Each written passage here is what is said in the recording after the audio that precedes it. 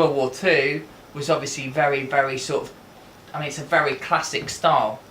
If you go into like the Huntsman's across the road and the Deej and Skinners, they will still carry the 3-button notch lapel, straight pocket, very, very quintessentially English, which has always been, I mean, you can look through the ages, look, you can look through a book here that we've got.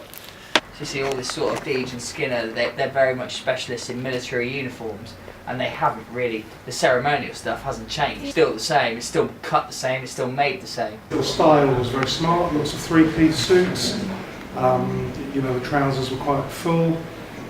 Generally the accessories, we wear a nice hat with the suit, a nice 3-piece. Generally the cloth was very heavy. Yeah, it's kind of evolved a lot since then, and before then was central heating. That had an effect, that's why the cloth was a lot thicker at that time. You know, tailoring changed. During the war years there was obviously a shortage on fabrics, on cloths. So a lot of the tailors had to very much cut back on fabric, so a lot of suits made during the war years didn't have turn-ups on the trousers because that saved on the usage of the cloths for the tailors. But since World War II, yeah, after the rationing stopped,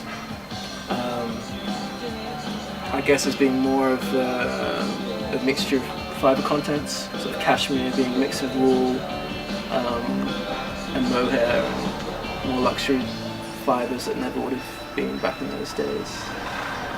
It's just like the same old thing. It's the fashion changes, everything changes in time. You know, things move on from the 30s, 20s. They have different suits, then they go up to the 40s, the 50s with more gangsters and more sort of things like that. You had the big bold pinstripes.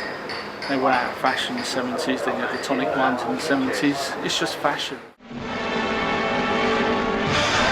I know you're gonna like them.